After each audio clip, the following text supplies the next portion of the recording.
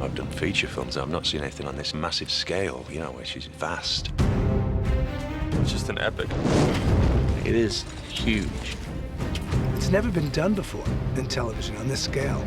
It's a character-driven story, but within a genre which is rarely seen on television.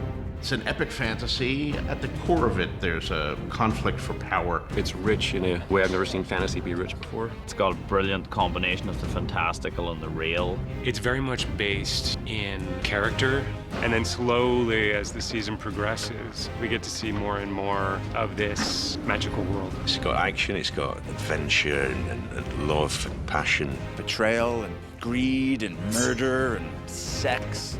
Every character has such a full story. It's pretty intense. There's real emotion and there's real relationships that you can understand and relate to, and there's so many twists and turns. The fantasy fans will love it, but the HBO audience, those people are going to love it too.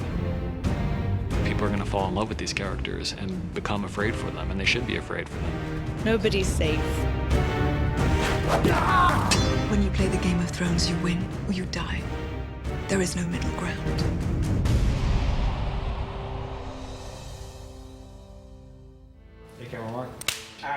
I began this series in 1991, and the minute the book started to hit the bestseller list, one starts getting inquiries from producers who are interested in optioning it for a feature film. And I remember talking to my agents and saying, it can't be done. There's too much. The books are too big. They would have to cut so much there would be nothing left. This is a story that's so rich, and there's so many characters, and it is so many different viewpoints and narratives all woven together with incredible expertise. And it was such an intricate tapestry that he was weaving that we couldn't imagine mutilating it to make it into a feature script. So the only way to do this is as a series of series on HBO. That's where my series belongs. So I told my agents, go forth and make it happen. About 3.5 years ago, George Martin's agent sent me 4 books, and I started reading, and about 70 pages in, I got completely hooked. And a few hundred pages later, I called Dan. I said, tell me if I'm completely crazy, but I'm in the middle of this book called Game of Thrones, and I think it's the best read I've had in God knows how long. The next day I said you weren't crazy, and 2.5 days later I was done with a 900-page book. You're always a little bit afraid when you sell a work of yours to be adapted to television and film, because, of course, the history of Hollywood is full of cases where they just keep the title and change everything. George Martin is the creator of this world, and in a very real sense, we're all walking in his dream right now. I think we were cleaving really close to the source material because to be honest, we really, really respect and love the source material.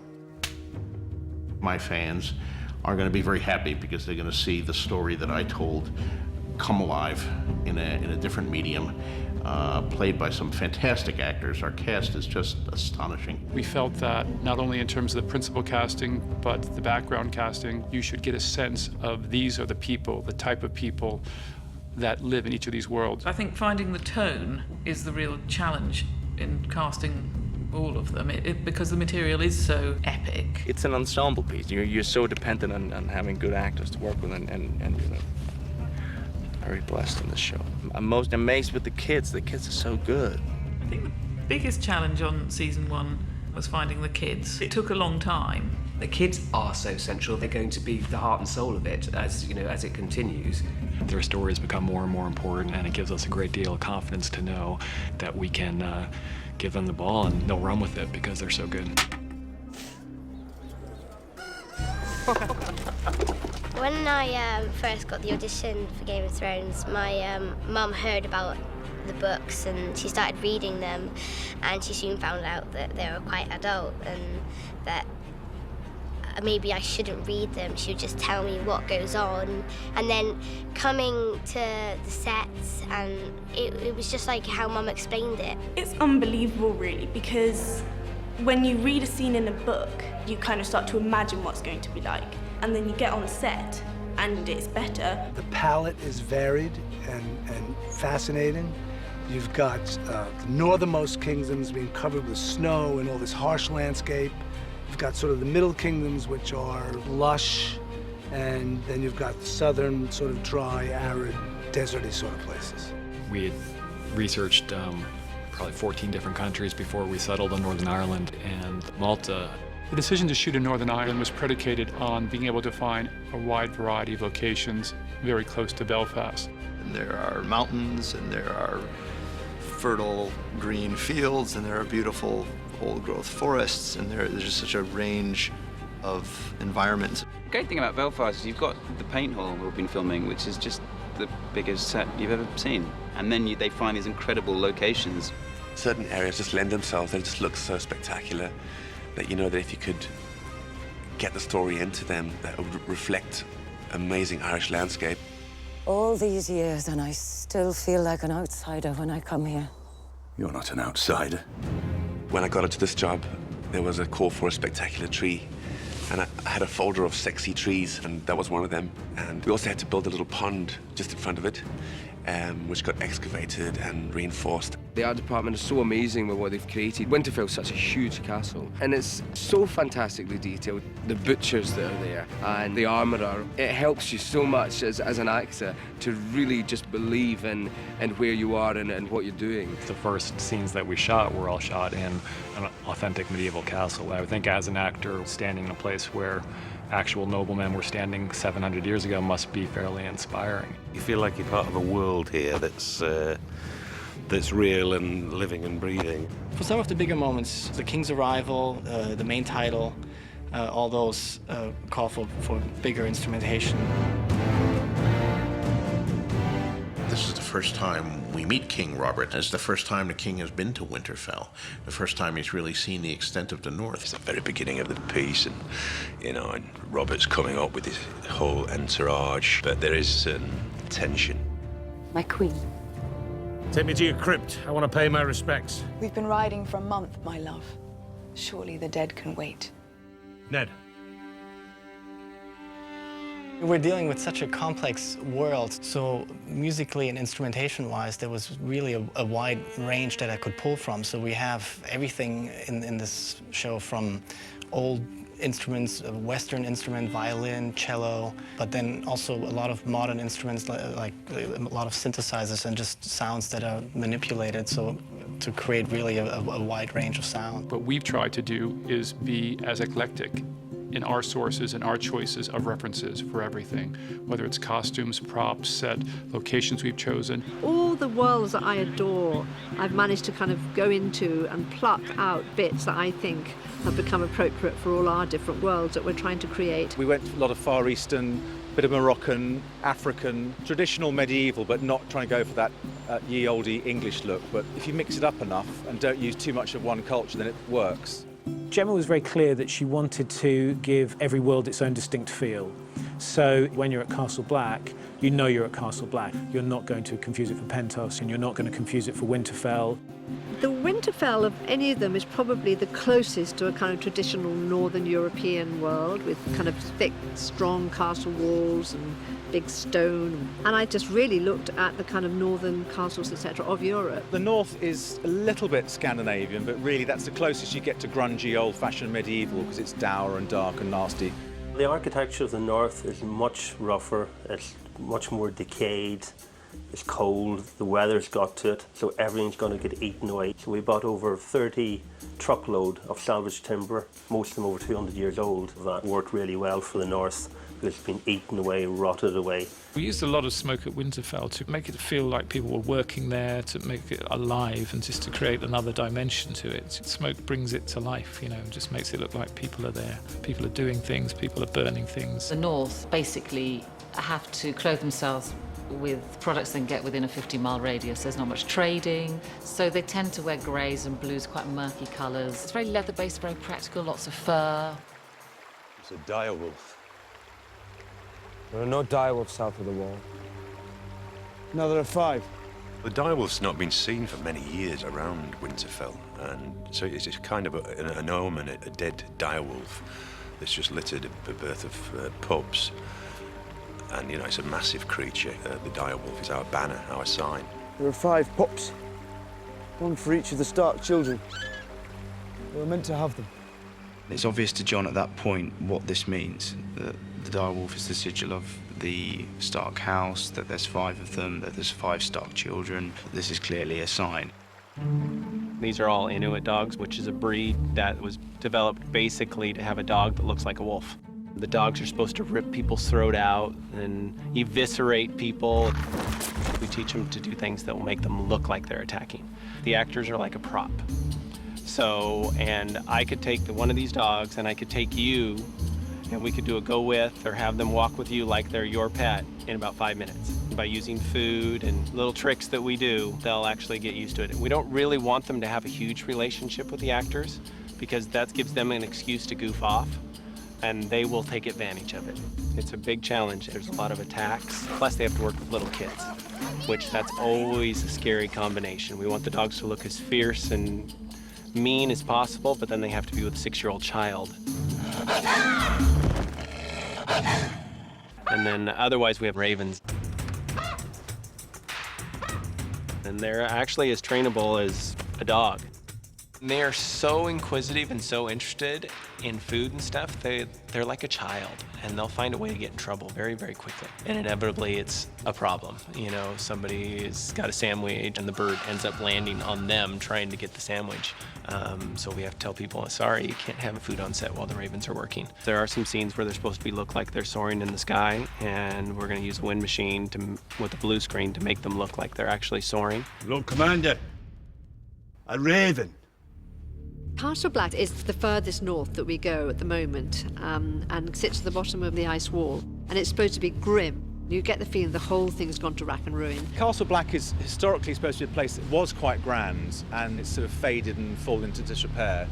It's filthy, it's freezing cold. The mess hall is foul, very, very brutal, very sparse. I did some research on people who lived way up in the Antarctica. Some of it was sort of Eskimos and things where they live on whale blubber and they're all pale and everything is white. And so all the food is just very kind of basic, sort of colourless stews. The intention was to build it as somewhere where they could work and not be constantly worrying about CGI and green screen and all the rest of it.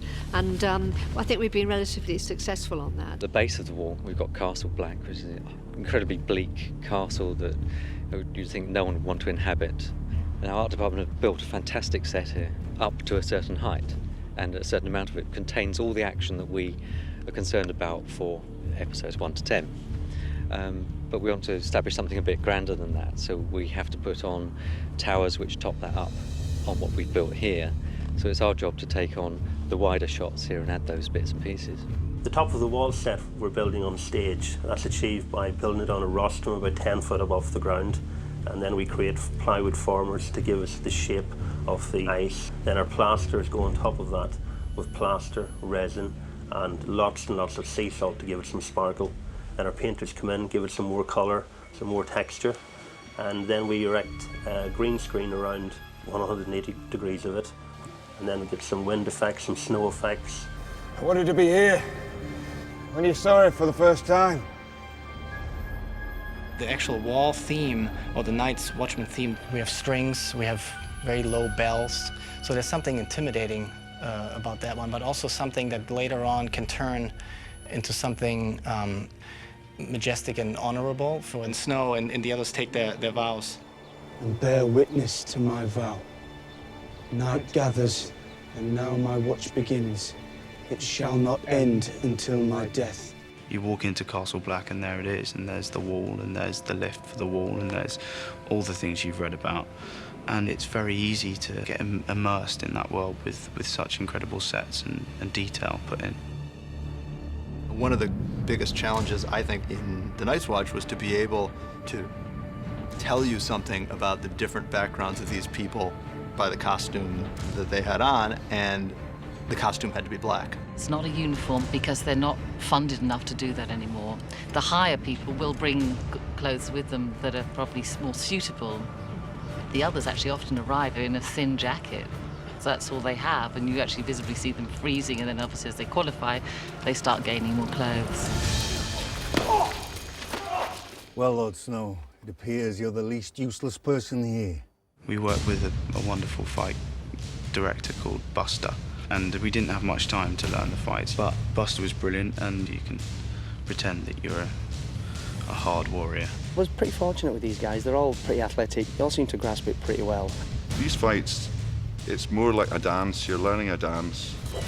And I remember a few times we're all ready to go, just about to shout out action, and I'm thinking in my head, oh my, I can't remember the third move, you know, and I know that third move, there's something coming towards me. You have to train people very differently. You know, like with the Ned and Jamie, we used a little bit of the knights of old with the hack and slash, versus we used a lot of Japanese katana style for Jamie's fight, just the way he held his sword and the way he twirled it. Both are different styles. I have a much more direct style, whereas Jamie is much more kind of, eloquent and affected in his style of fighting. You never want to do a flick for a flick's sake. You won't stand next to someone and all of a sudden just throw a back somersault for the sake of throwing a back somersault.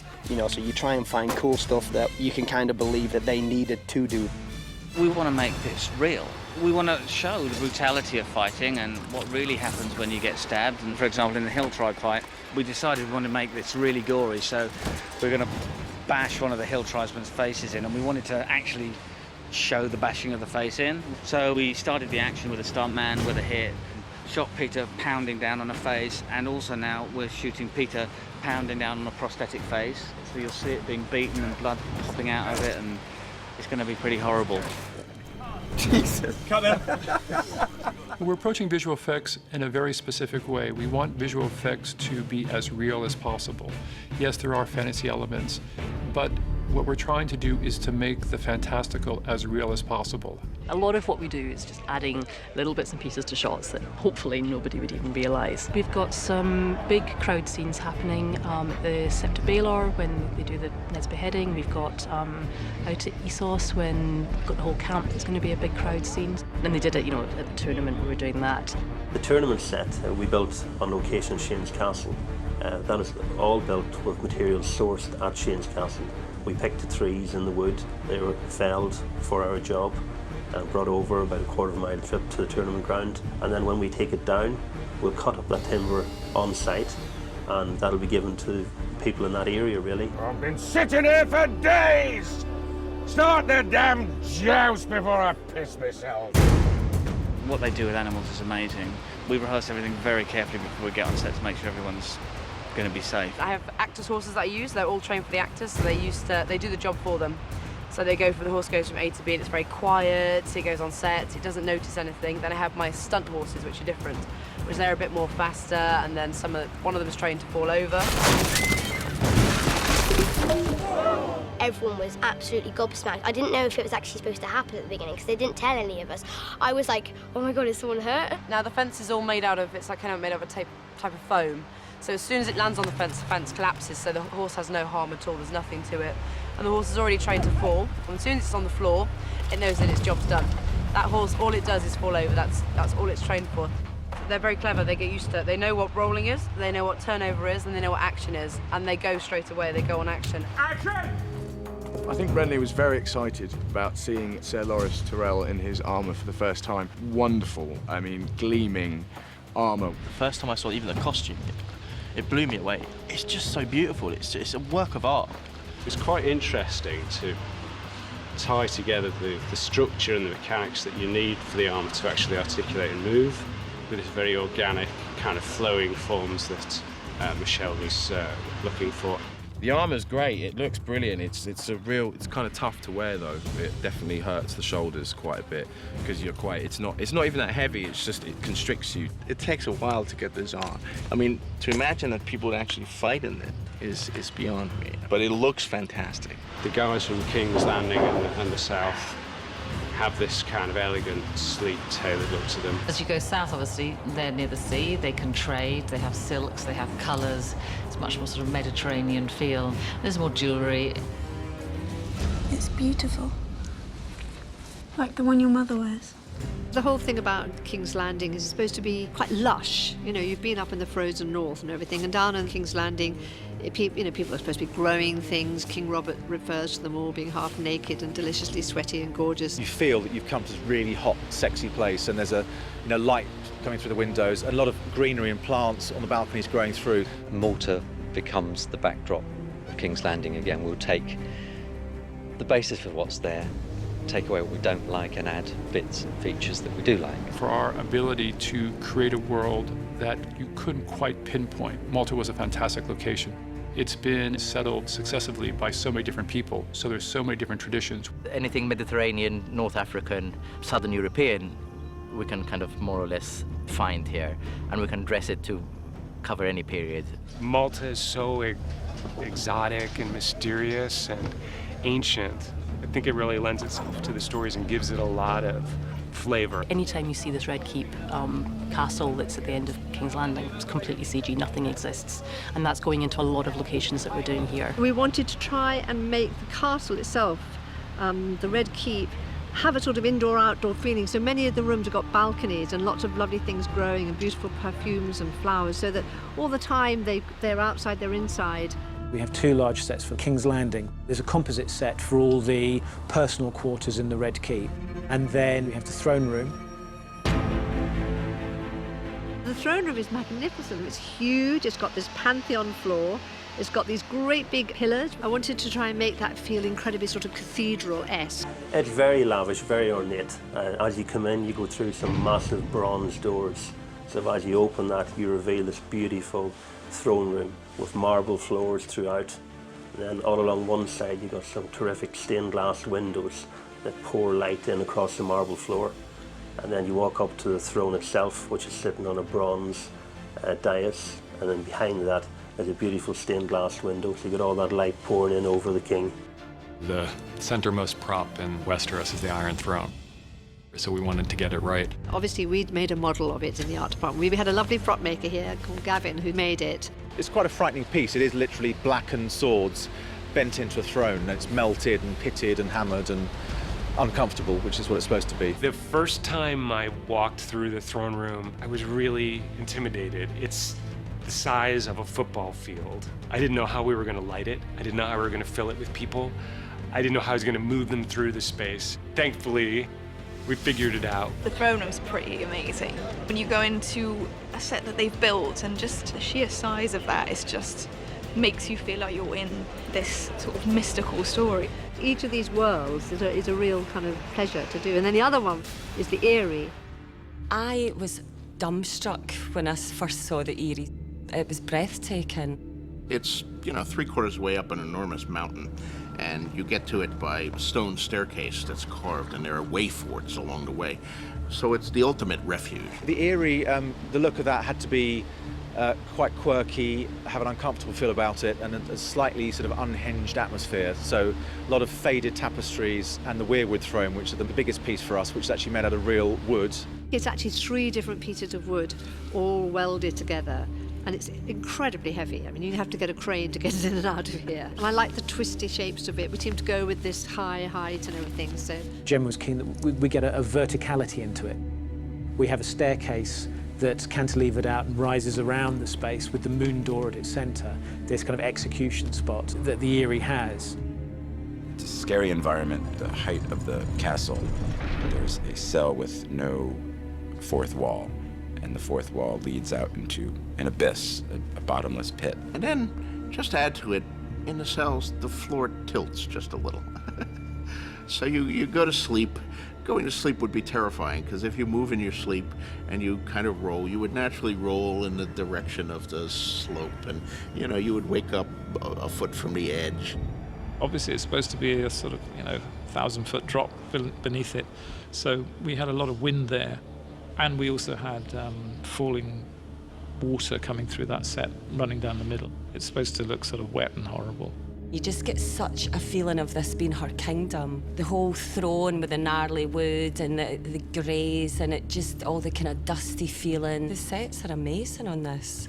It's just more than I ever would have anticipated or expected. I mean, look where we are. It's incredible. We've been very lucky in our locations. We've been able to come to Malta and film in a wide range of spaces.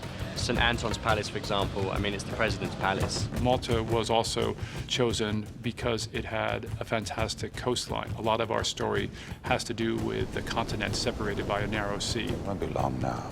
Soon you will cross the narrow sea and take back your father's throne. When will they be married? Soon. The Dothraki never stay still for long.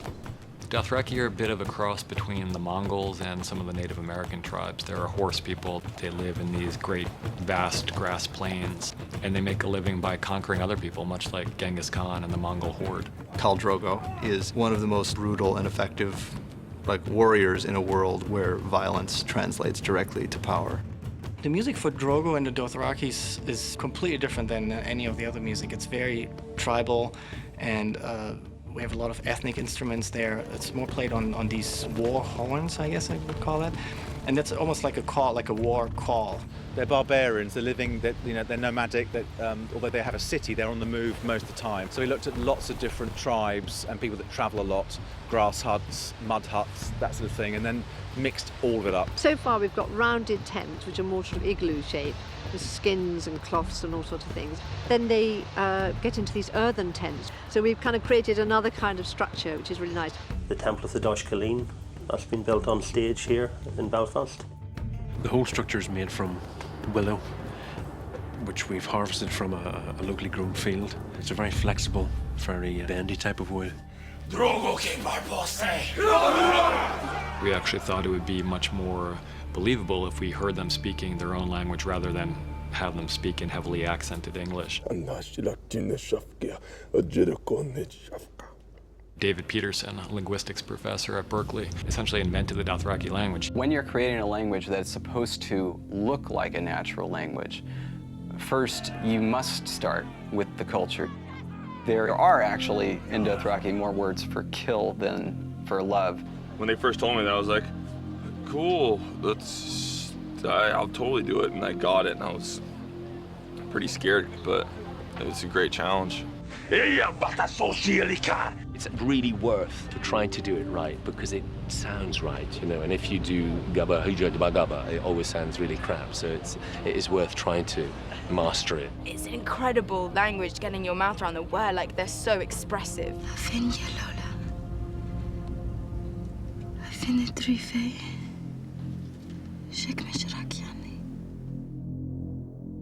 We're building this fantastic funeral pyre in Matalib, which is on the west coast of the island. And this is where we see one of our main characters, his burial. Very kind of sophisticated in the fact that the whole framework is welded and made from special effects. We had 2 stunt women on fire. So it's a complex sequence, but it went really well. You're under the impression that she's going to kill herself and give everything up. So musically, it's powerful, it's tribal, it's emotional.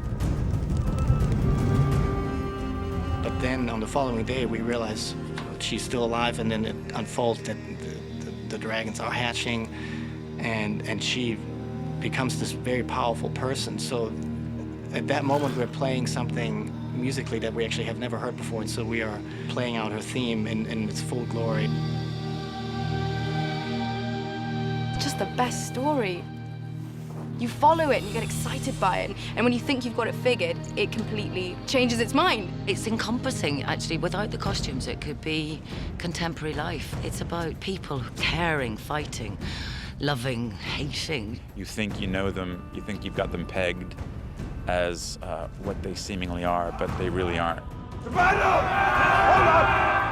It's been very, satisfying, very exhilarating for me to play a part that is got that much depth, and and I've been able to explore it to that extent.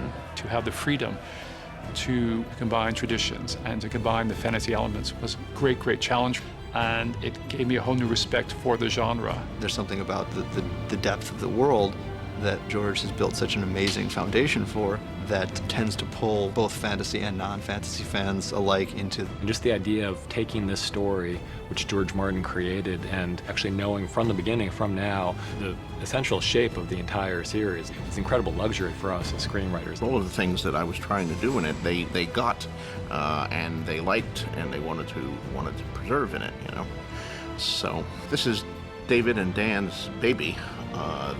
They're the showrunners, and they're making the ultimate decisions here, but it's still recognizably my baby too. Starks are all right eventually. Winter is coming.